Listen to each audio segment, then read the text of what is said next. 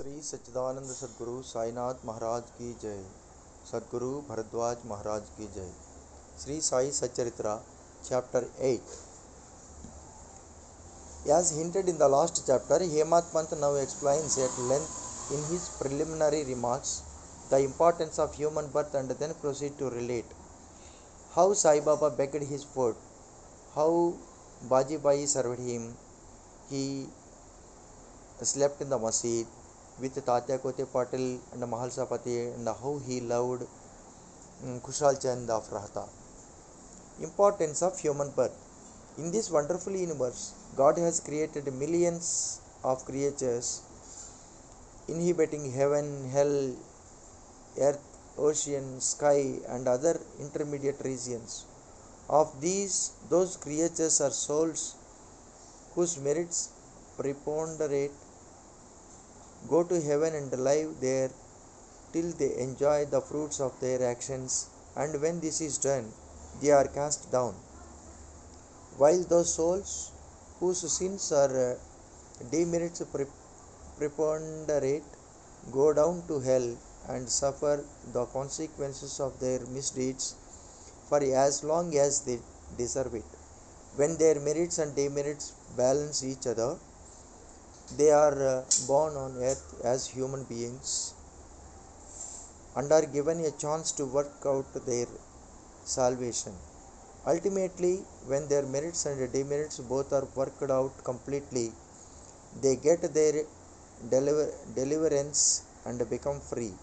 To put the matter in a nutshell, souls get their birth or transmigration according to their deeds and evolvement. Special value of the human body. As we all know, four things are common to all the creatures, that is food, sleep, fear and sexual union. In the case of man, he is endowed with a special faculty, that is knowledge, with the help of which he can attain God vision, which is impossible in any other species. It is for this reason that gods envy the human species and aspire to be born as men on earth, so as to get their final deliverance. Some say that there is nothing worse than the human body, which is full of filth, mucus, phlegm and dirt, and which is subject to decay, disease and death. This is true to a certain extent, but in spite of these drawbacks and defects, the special value of the human body is that man has got the capacity to acquire knowledge. It is only due to the human body or on account of it that one can think of perishable and transitory nature of the body itself and of the world, and have aversion for sense enjoyments, and can discriminate between the unreal and the real, and thus attain God vision. So if we reject or neglect the body because it is filthy, we lost the chance of God vision, and if we indulge it and run after sense enjoyments because it is precious, we go to hell. The proper course, therefore, for us to pursue is the following: that the body should neither be neglected nor fondled, but should be properly cared for, just as a traveler on horseback takes care of his horse on the way till he reaches his destination and returns home. Thus, the body should ever be used or engaged to attain God vision or self-realization, which is the supreme end of life. It is said that though God created various kinds of creatures, he was not satisfied, for none of them was able to know and appreciate his work. So he had to create a special being, man, and endowed him with a special faculty, that is knowledge. And when he saw that the man was able to appreciate his Leela marvelous work and intelligence, He was highly pleased and satisfied. So really, it is fortunate to get a human body, better still to be born in a Brahmin family, and best to get an opportunity to being close to Sai Baba's feet and surrendering to him. Man's endeavor. Realizing how precious human life is and knowing that death is certain and many snatch us at any time, we should be ever alert to achieve the object of our lives. We should not make the least delay, but make every possible haste to gain our object. Just as a king leaves no stone unturned to seek his lost son, so with all earnestness we should strive to attain our end, that is self realization, casting aside laziness, warding off drowsiness. We should day and night meditate on the self. If we fail to do this, we reduce ourselves to the levels of beasts. How to proceed? The most effective and speedy way to gain our object is to approach the worthy saint or sage Sadguru, who was himself attained God vision. What cannot be achieved by hearing religious discourses and the study of religious texts is easily obtained in the company of such worthy souls. Just as the sun only gives light, which all the stars put together cannot do, so the Sadguru alone imparts spiritual wisdom, which all the sacred books, sermons cannot do. His movements and sample talks give us silent advice. The virtues of forgiveness, calmness, disinterestedness, charity, benevolence, control of mind and body, egolessness, etc. are observed by the disciples as they are being practiced in such pure and holy company. This enlightens their minds and lifts them up spiritually. Sai Baba was such a sage or Sadguru. Though he acted as a fakir, he was always engrossed in self. He always loved all beings in whom he saw God or divinity. By pleasures, he was not elated. He was not depressed by misfortunes. A king, a pauper were the same to him. He whose glance would turn a beggar into a king used to go begging food from door to door in Shirdi, and let us now see how he did it. Baba begging food.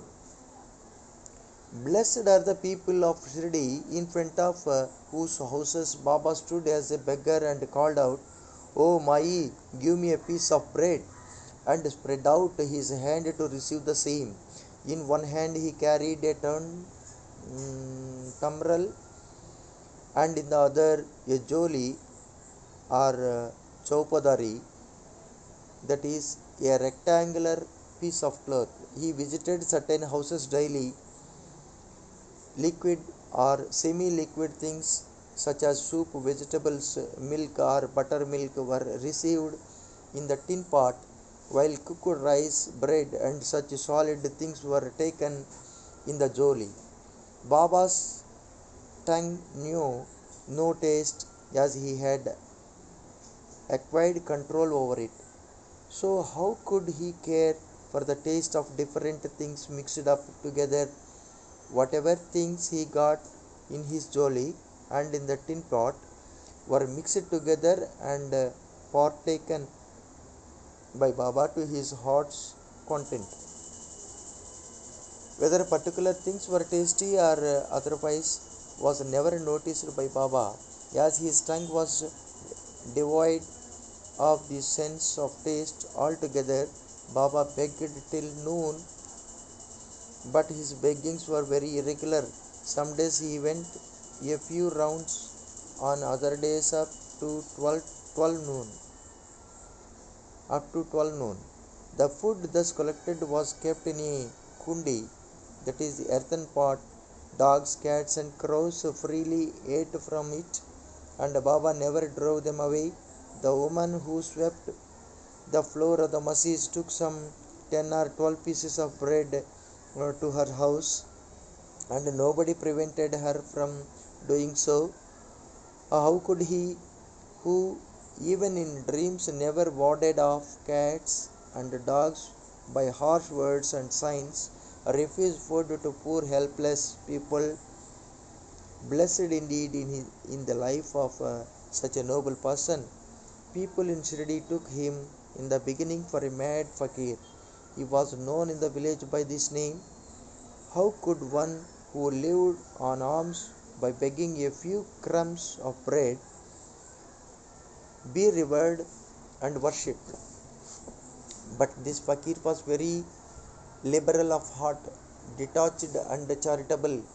Though he looked restless from outside, he was firm and steady inside. His way was inscrutable.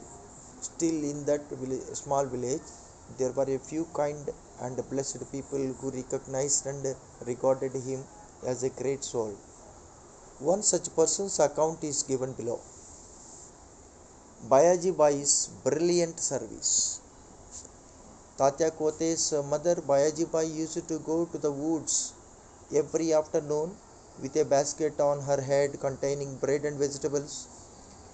She roamed in the jungles kilometers after kilometers, trampling bushes and shrubs in search of the mad fakir, and after finding him, fell at his feet.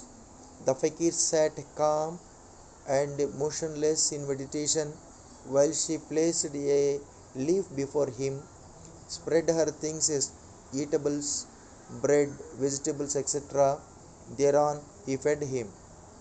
Wonderful was her faith and service. Every day she roamed at noon in the jungles and insisted upon Baba to partake of the lunch. Her service, upasana or penance, by whatever name we call it, was never forgotten by Baba till the end. Remembering fully what service she rendered, Baba benefited her son significantly. Both the son and the mother had great faith in the fakir, who was their God. Baba often said to them that fakiri is real, lordship is transient. After some years, Baba stopped going to the woods and began to live in the village and take his food in the masjid. Thus, Bayaji Bai's troubles of roaming in the jungles ended. Dormitory of Trio. Even blessed are the saints in whose heart Lord Vasudeva dwells, and fortunate indeed are the devotees who got the benefit of the company of such saints. Two such fortunate fellows, Tatya Kotya Patil and Bhagat Mahalsapati, equally shared the company of Sai Baba. Baba also loved them both. These three persons slept in the masjid with her heads towards the east, west, and north, and with their feet touching one another's at the center. After spreading their beds, they lay on them, chit-chatting and gossiping till late at night. If any one of them showed any signs of sleep, others would wake him up. For instance, if Tatya began to snore, Baba at once got up and shook him from side to side and pressed his head. If it was Mahaltapati, he pulled him close, stroked his legs and patted his back. In this way, for a period of 14 years, Tatya, leaving his parents at home, slept in the masjid on account of his deep love for Baba. How happy and never to be forgotten were those days. How to measure that love and how to value the grace of Baba. After the passing away of his father, Tatya took charge of the household affairs and began to sleep at home. Kushal Chen of Rahata. Baba loved Ganpat Kote Patil of Shirdi. He loved Chandravan Seth Marwadi of Rahata equally. After the demise of this Seth, Baba loved his nephew Kushal Chand equally or perhaps more and looked after his welfare day and night. Sometimes in a bullock cart, at other times in a tanga with intimate devotees, Baba went to Rahata. People of that village would come out with band and music and receive Baba at the gate of the village and prostrate before him. Then he was taken into the village with a great honor and ceremony. Kushal Chand took Baba to his house, seated him on a comfortable seat, and gave him a good meal. Then they talked freely and merrily for some time, after which Baba returned to Shirdi, giving delight and blessing to all. Shirdi is midway and equidistant from Rahata on one side and Neemgaon on the other. Baba never went beyond these places during his lifetime. He never saw any train nor travelled by it. Still, he knew exactly the timings of arrivals and departures of all trains. Devotees who acted according to Baba's instructions given at the time of taking his leave fared well, while those who disregarded them suffered many a mishap and accident. More about this and other matters will be told in the next chapter. Bow to Sri Sai Baba. Peace be to all.